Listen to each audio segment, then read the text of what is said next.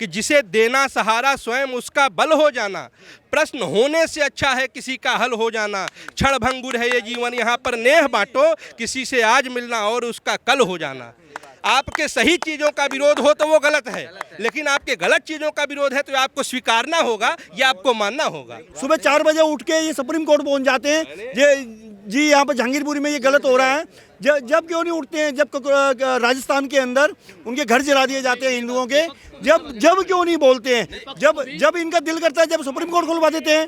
शाहीन बाग में 5वें आरोपी की गिरफ्तारी हो गई, जो ड्रग्स केस का मामला था, जो 400 करोड़ का था। मोहम्मद शमीम नाम के व्यक्ति की गिरफ्तारी हुई है और लक्ष्मी नगर से गिरफ्तारी हुई है। देखिए होता क्या है ना सर, मेरा ये मानना है कि जहाँ पे किसी आपराधिक तत्व की बात हो, अगर कोई अपराधी किसी भी गतिविधि में संलिप्त पाया जाता है तो वहाँ पे मुझे तो नहीं लगता कि उसे किसी जाति विशेष या धर्म विशेष से जोड़ना चाहिए। वो मौलाना है, वो हिंदू है, वो सिख है, वो पारसी है, उसे दंडित होना होगा। जब अपने देश के संविधान को इस कठोरता से अब लागू करना होगा कि ऐसे किसी व्यक्ति को दंडित करना पड़ेगा हमें, समझ रहे हैं? जब तक हम आप उसे इस मुद्दे पे करेंगे कि मैं ये बात नहीं मैंने आपको नाम इसलिए बताया, जब हम शाहीन बाग में गए थे तो हमसे वहाँ ये बोला गया था कि रमज़ान का महीना है और हम लोगों का उस चीज़ से कोई कनेक्शन नहीं है। अच्छा, नहीं बिल्कुल मेरा ये मानना है जो आधिकारिक पक्ष है, शासन है, जो सत्ता में बैठे जो है विदूषक लोग हैं, क्या उनको ये समझ नहीं है कि हमें किसको दंडित करना है, किसको नहीं करना है? आप हमारे देश की मीडिया हो, आप स्वतंत्र हो, आपको भी ये तय करना होगा, आपको ये प्रश्न पूछना होगा कि अगर आपको कोई अपराधी लगा तो आपको इस चीज़ का इतना प्रोपोगंडा फैलाने की क्या जरूरत है? आप उसे दंडित करिए।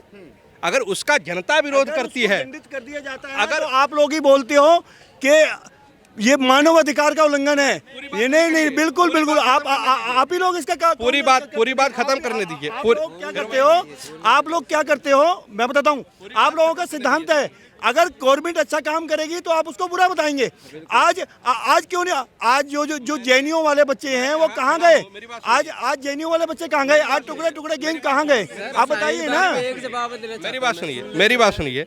मैंने अभी तक 2 मिनट के अपने स्पीच में ऐसा वक्तव्यता में ऐसा कौन सा शब्द बोला जो आपको लगा मैंने किसी सरकार का या किसी सुनिए नहीं क्या बोला मैंने? ऐसे आपने ये बोला कि आपने ये बोला। बात खत्म करने दीजिए, आप बात खत्म करने दीजिए। अगर कोई भी अपराधी है तो उसे दंडित करना प्रशासन का काम है, शासन का काम है। अगर ऐसे गतिविधि का कोई विरोध करता है तो ऑब्वियस सी बात है कि उसके घर पे बुलडोजर नहीं, आप जो चलाना चाहे चला दीजिए, इसका पूर्ण रूपेण स्वागत है। लेकिन अगर कोई विरोध करता है तो आप ही प्रोपोगंडा शुरू करते हैं, आप ही नियमावली प्रणावली चेंज करते हैं, तो ये तो आपकी राजनीति है। जैसे आप चाह रहे हैं, रोटी सेक रहे हैं, राजनीति वो कर रहे हैं।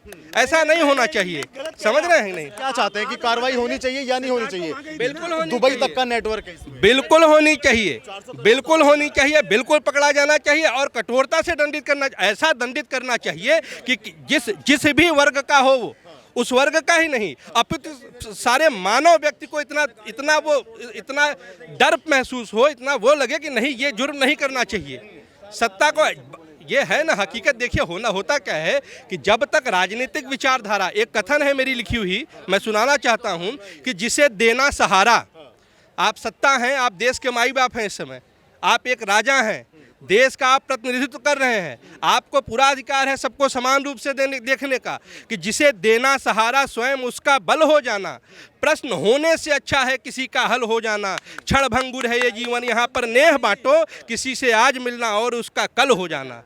आपके सही चीज़ों का विरोध हो तो वो गलत है, लेकिन आपके गलत चीज़ों का विरोध है तो आपको स्वीकारना होगा या आपको मानना होगा।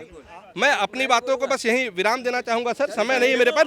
मेरी बात सुनिए। मैं ये कह रहा हूँ कि गवर्नमेंट कभी भी कोई कदम उठाती है, कुछ वर्ग ऐसा बैठा होता है जो इसकी इंतजार कर रहा होता है कि हम उसको बाइकआउट करें।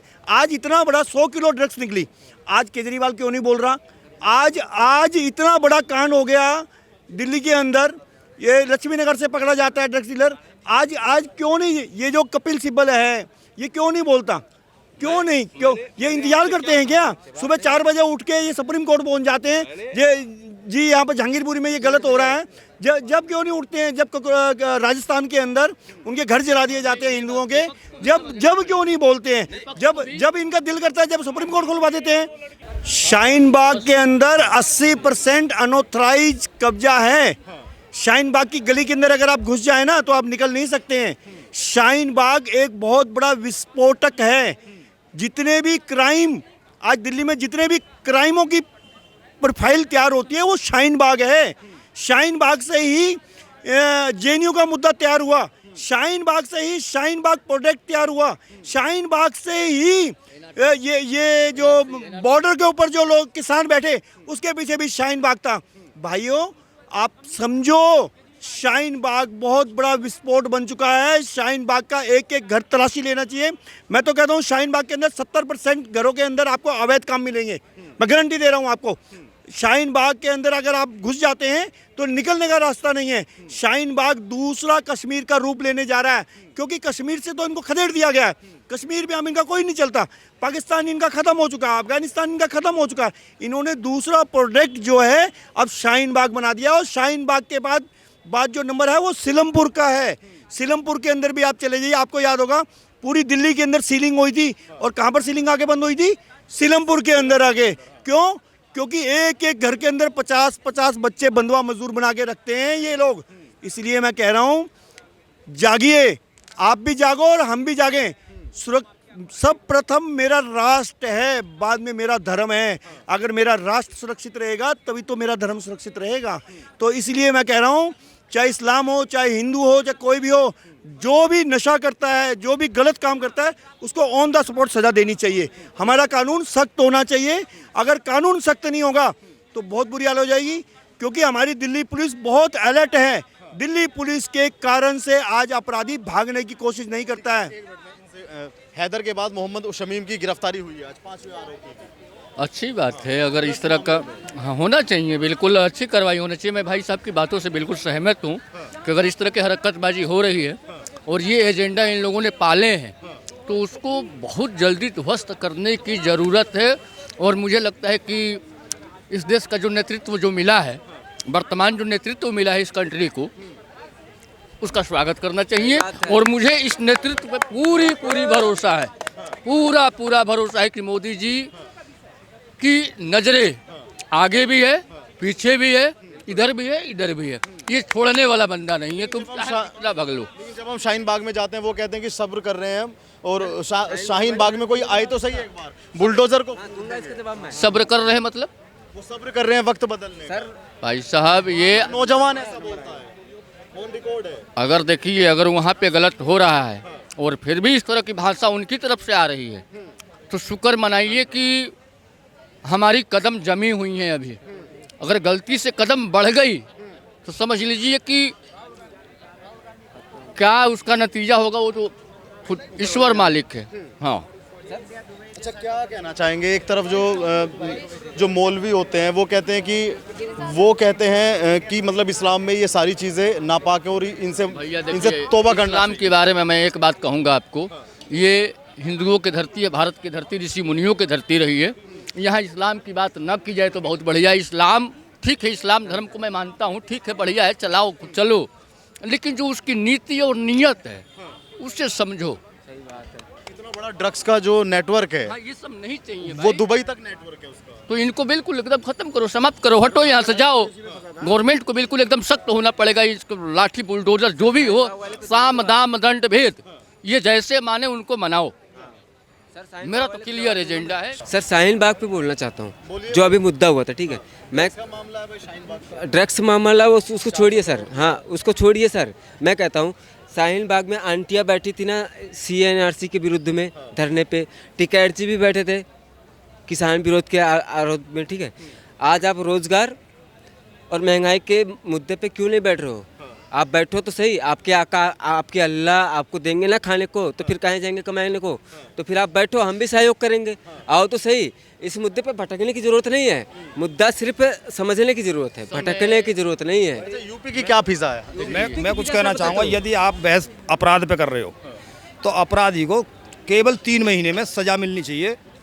ये नहीं है कि वो जमानत पे आ गया वो क्यों 6 साल हैं? 3 महीने क्यों? 3 महीने का टाइम बहुत होता है। क्यों 3 महीने? कल ही अरे क्यों 30 नहीं? साल से 3 महीने पहले करने तो दो। साल फैसला पहले हो गया। 30 साल से 3 साल पहले भैया देखो सुनो 30 साल भैया 30 साल से समझ नहीं रहे बात को।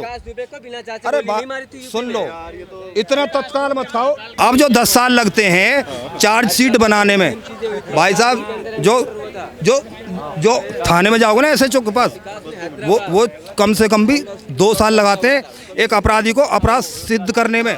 कोर्ट में केस चलता है 3 साल बाद तुरंत। यहाँ की न्यायिक प्रक्रिया बहुत लेट है। वो दुरुस्त होनी चाहिए। कोई भी सरकार आएगी अपराधी को तुरंत सजा मिलेगी। सजा वो मिलनी चाहिए जैसे हम रोड पर रेड लाइट पार करते हैं कैमरे में देख लिया हाँ भाई इसने करी है उसे। न्याय प्रक्रिया इसलिए भी लेट है क्योंकि जनसंख्या बहुत है। तो कोर्ट बनाओ और नियुक्ति करो। रोजगार मिलेगा लोगों को भाई रोजगार भी मिलेगा और तुम्हारा काम भी शुद्ध होगा। अब एक दूसरे पे डालते रहते हैं बात को।